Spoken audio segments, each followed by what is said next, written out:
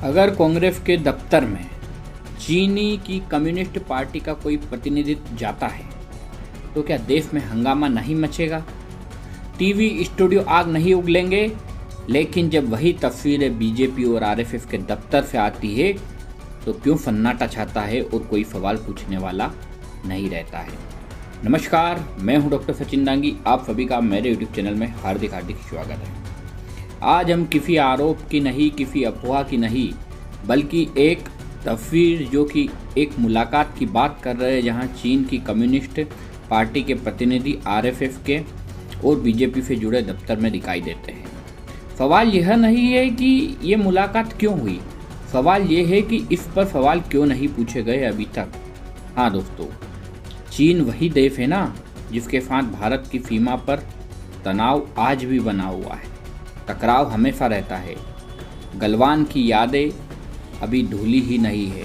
चीन की communist party सिर्फ एक राजनीतिक दल नहीं, वह एक ऐसा तंत्र है जो राज्य, सेना और विचार तीनों को नियंत्रित करता है।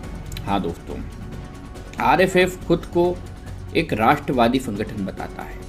बीजेपी राष्ट्रवादी के नाम पर चुनाव जीतती है तो फिर सवाल उठता है, एक कम्युनिस्ट पार्टी के प्रतिनिधि राष्ट्रवादी संगठन के दफ्तर में क्या कर रहा है।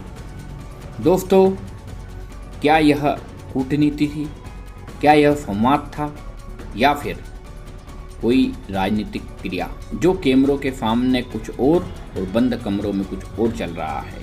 हाँ दोस्तों, इस पर मीडिया की अभी तक चुप्पी है।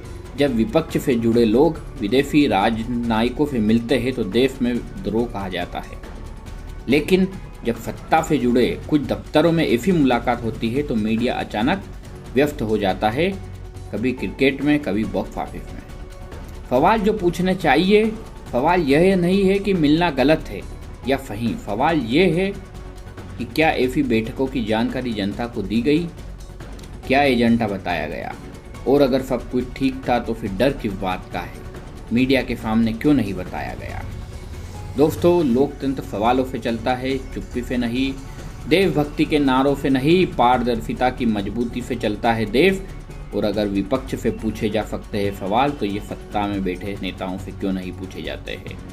आखिरी में मैं इतना कहना चाहता हूँ, क्योंकि सवाल पूछना अभी भी लोकतंत्र की आखिरी उम्मीद है। दोस्तों, आपको अगर ये जानकारी अच्छी लगी तो आप कमेंट में बताएं कि आखिरकार बीजेपी के दफ्तर में, आरएसएस के दफ्तर में ये चीनी कम्युनिस्ट के पार्टी का लीडर क्या कर रहा था और ये क्यों आया था। अगर आपको भी जानकारी मिले तो कमेंट बॉक्स में दीजिए। और क्या जनता को नहीं बताना चाहिए कि हमारे देश में विदेशी लीडर क्या कर रहे हैं। अगर जानकारी अच्छी लगी हो तो लाइक करें, शेयर करें और सब्सक्राइब करें। मिलते हैं अगले वीडियो में, जब तक के लिए बाय बाय दोस्तों।